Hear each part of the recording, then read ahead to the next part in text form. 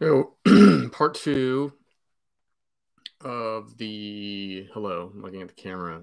Does that make it feel more personal if I actually look at the camera? Part two of the MLB Dashboards tutorial, the main free dashboard that I've made over the last couple of years. Part one is done on the channel. You can check that out. I'm just gonna hit all of these tabs up and show everybody how to use this thing because it's free and super useful and helpful. I think, at least. And again, repeating myself from last time, but the problem with the dashboard I have is that it's not super intuitive, I guess, and a lot of the stuff needs explaining, and I haven't put in an effort to explain it, and that's what I'm doing here to try to help people out, especially my subscribers. So I think if you learn how to use this thing and you're in it every day during the season, you'd learn a lot. It's a lot quicker, streamlines things, and I can help you out. And it's a lot of fun, too. So let's get my mug off the screen. We left off last time with park factors, so we are done with that, and we're moving on. We're just going to go down the line. This is the plate discipline leaderboard. I'm making it zooming in quite a bit so you can see this pretty well. Okay, what this is, it's very similar to the hitters tab. It's hitter data, but it's just more advanced metrics about plate discipline. All these are pretty self-explanatory. Zone swing, meaning what percent of the pitches in the zone that you see, that you swing at. We'll skip over this one. We'll come back to swing decisions. That's kind of a more interesting one. Chase is what percent of the pitches out of the zone you swing at. Zone rate, what this is what percent of the pitches you see are in the strike zone. So that's just, it kind of, I don't know, it's not super useful because they're pretty much everybody's very close, between 54% and 40%. But that's kind of a lower sample there with Albies. That's interesting. Let's make it a bigger sample and just look at this. But then you see some of this stuff like Javier Baez has the lowest percentage of pitches in the strike zone seen because he swings at freaking everything. So, why, if you're a pitcher, why are you going to throw him strikes if you don't need to? He's not going to take a walk. So, again, this isn't the most useful thing in the world, I guess, but it's there for you. On the other end of the spectrum are guys that just aren't going to hit home runs. So pitchers are perfectly willing to throw them stuff right down the middle because, whatever, you're going to hit it and hopefully we'll catch it and get it over with. Zone contact, that's percent of your swings at pitches in the zones that you make contact with. Self-explanatory there. Here's shift stuff. I don't know what we'll do with this in 2023. I guess this will just go away because at the very least, if teams do some kind of shift, the column in the data set that this comes from should be gone because you won't be allowed to do that, but we'll see what happens there. But that's percent of the time each hitter was shifted on. That's pretty relevant to look at this offseason as you're preparing to see which hitters may potentially benefit from that most. And you can see some of the names that have been talked about. Corey Seager, not shifted on 93% of the time. Ground ball, line drive, fly ball, all self-explanatory.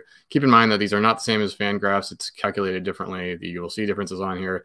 It does not mean that the dashboard is wrong. It's just that it's using the baseball savant system rather than fan graphs. Swing decisions, now this is a decent measure. The problem with like chase rates and stuff, and you see everybody talk about chase rates a ton. Oh, this guy had a high chase rate, and that's bad. Yeah, like sort of, but it's so correlated with just swing rate that, okay, it's not like Ahmed Rosario. The main reason he's swinging at 40% of the pitches thrown at him that are out of the zone, it's not because he doesn't recognize pitches well necessarily. That's part of it. But the main reason is that he's a high swing guy. So he's just swinging at everything overall. So the swing decision metric tries to even that out. It looks at your total swings, and it says what percent of your total swings were at pitches in the zone. So this is a better metric to look at. It's not perfect, but it's better. And you can see that Javier Baez is just like laughably by far the worst. So only half of his swings are at pitches in the zone. So he doesn't discriminate at all. It's the same. And this is exactly why pitchers aren't going to throw him a pitch in the zone, because why would you? It makes no sense. The best guys are in the high 70s here. So Max Muncy, when you see this, you see, all right, Max Muncy, for every 100 swings he took last year, 79 of them were at pitches in the zone. So that shows a good eye. And when you look at the leaders, you mostly see players like, okay, these guys are known for their good batter eye and good plate discipline. So pretty good metric there. all of this stuff, you can search hitters, you can search handedness, you can filter by swings, by chase rate, by barrel rate. So if you wanted to see kind of an interesting query to make here, maybe it would be like, show me lower swing rate players under 45%, but with, actually, let's do higher swing rates with lower chase rates. So this is kind of a good list of players that are swinging a lot, but not at pitches out of the zone. So stuff like that you can do. All right. Move on, pitch movement. This is movement data on pitches. Let's just pick one guy. I'm going to be kind of quick with this one. I might need to zoom out. These is just horizontal movement, vertical movement, spin, all those numbers on each pitch. It will not match the Savant pages exactly because they have some way of factoring in gravity. I've been meaning to figure that out. I know Alex Chamberlain has that available, that explanation available, and I could make it match. I don't look at this very often. I don't really care how pitches move, unless it's with a new pitcher that I don't have a lot of data on. Then maybe you look at that to see how their stuff is moving. Velocity is interesting, obviously, but I think you're getting a little bit too into the weeds with this stuff. But here's league average, so you can see Nola's fastball spins 2,300 RPM, and that's above the league average of 2,300 or 2,372, just barely above though. So that's there for you. Not sure what my thinking was in putting batter hand in here, but you could see how their pitches move when facing a righty or a lefty. I don't know why that would be different. The usages would be different, obviously, but I must have had some reason to put in there. Okay, pitch scoring. This is a good one, and it's one that maybe needs some explanation. This is Drew Hagen. I should put his name on here. This is a mistake that I don't have his name on here because this is his work. This is the stuff plus, location plus, pitching plus stuff that you see from Saris at The Athletic, but it's his model. It's completely his own coding brain did it. It's on his computer. I've seen it. He's not stealing it, so we're clear. So that, you can see that right on the dashboard, which is pretty sweet, and we'll have that integrated in 2023. What these are, long story short, is every pitch gets a score, a stuff score based on how it moves, where it was released, how it moves, the velocity, the movement, etc. And the way it does the scoring is it looks at all similar pitches from StatCast history and then looks at the results. So, Garrett Cole, and then so we can break it down by total and by individual pitches too. For all of these metrics, and what I just said is based on stuff. It's just the movement. Location is based on where it ends. It works the same way. Okay, his four-seamer, every single individual four-seamer. So take an individual pitch. It landed here in the strike zone. Let's look at all the four-seamers in history that have landed here in the strike zone. How do they perform? Give it a score on a 100 scale. So 100 is the average. So what this is saying is that Garrett Cole's stuff is 146. It's 46% better than the league average. A standard deviation is 50, I think Drew said. So pretty much if you're talking about standard deviations, that's just a measure of the spread of a data set. If you're getting to 2 standard deviations, you're encompassing typically 97% of the total values. So you're not going to see any stuff scores above 200, I don't think. Let me filter it to starters only. Yeah, okay. So you're not even getting anywhere near 200 with the starters, with the significant samples, but Burns, Ohtani, Strider, checks out. Really good names. So basically, you can just look at this. You can get more into the math and the modeling and stuff if you want elsewhere. But if you're looking at this, the further above 100, it is the best. And it's always good to just do things like this, sort it, and that'll kind of tell you what's good and what's bad. Location's the same way. Pretty much everything is within 10%, though obviously wider variations in how hard and you can throw a pitch and the movement and stuff rather than the locations. There's only so many places the pitch can end up. Pitching score, this one it takes these two together and gives you an overall pitching score. So DeGrom took the crown, 12% better than the league average pitcher. And then Julio Urias and some other more surprising names here. Who was the worst pitcher in the league? Anibal Sanchez, Jonah Don, again, checks out. You can see that for individual pitches as well. This is most useful Again, the stuff, it's better just to look at the like swing strike rate, CSW rates, and stuff like that when you have significant samples. But this is really useful if we only see like a Ken Waldichuk, like, okay, we only made 7 starts. I don't really trust that number had stabilized yet, what it'll end up at. Then you can go see how this stuff is, because this stuff stabilizes almost immediately, because you throw one 4-seamer that's very similar to the rest. You know, your first 4-seamer is going to look a whole lot like the next 500 you'll throw. The result definitely won't, because results are random, but the movement of the pitch and how you're throwing it is pretty steady pitch to pitch. So stabilizes really quick. You can pretty much trust this stuff. So you could look at this and say, yeah, Ken Waldichuk has some pretty good stuff and has some opportunity to be successful. However, the locations weren't there. Okay, and I'm gonna leave it there for now. But again, you can read on Eno has some stuff on what it is. And Drew, even on his Shiny app that he posted, which you can find on his Twitter, he explained it there too. But yeah, leave a comment or something if you want me to point you to those explanations. This is one I kind of developed myself using Drew's data. I like to see this. It's the stuff and location metrics by start. So you can see the consistency of your stuff plus. And again, 100 is that average. You see Corbin Burns just never even getting close to the average in terms of stuff. And his locations hover around, jump up and down between 100. So that's cool. That's stuff to see, and you'll see trends and whatnot. I don't know. I think they said Mitch Keller improved throughout the year, and you can see the uptrend there. It's stuff that did seem to get better, and the locations hovered right around league average all year. So good sign for Mitch Keller. Not that you needed me to trap you into another wasted draft pick on Mitch Keller. All right. Let's go a little longer for this one. I think I did 10 minutes last time. We're about 12 minutes in, maybe cover a few more of these. Hit a report. This is kind of a mess. I wanted to just make something that just puts a lot of stuff at you in one place where you can just go pick a player and see, but I don't really like this one. Might not make the cut for 2023. So let's move on. Ball and play plotting. This is really fun to play around with, but it limited in its usefulness, I think. This is basically every batted ball plotted by angle and velocity. Go pick a player and see the colors are the results that he got.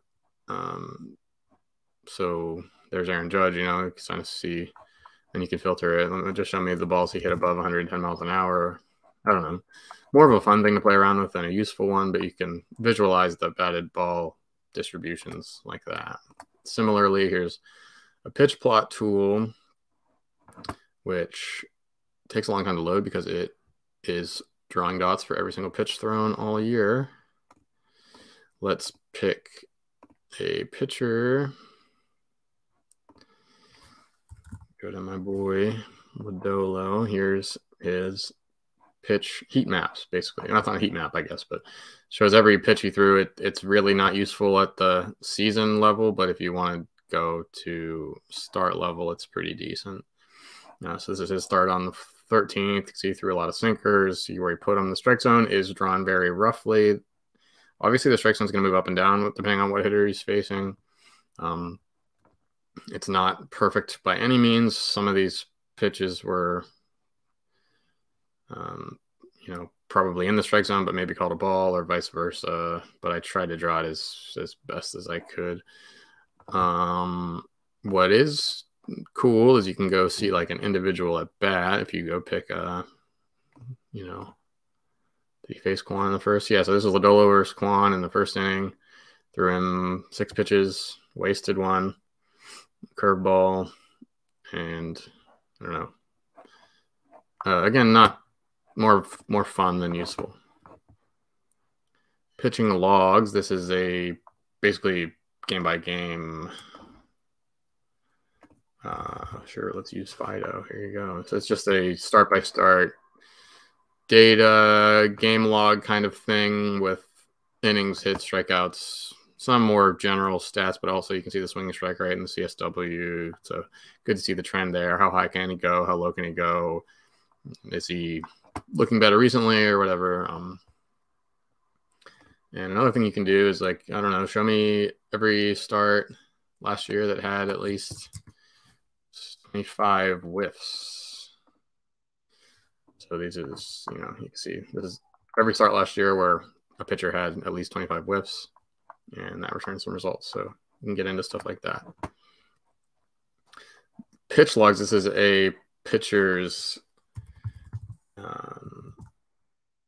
game by game individual pitch performance. So here's Hunter Green's four-seam fastballs progression. You can see how many he threw, the average velocity.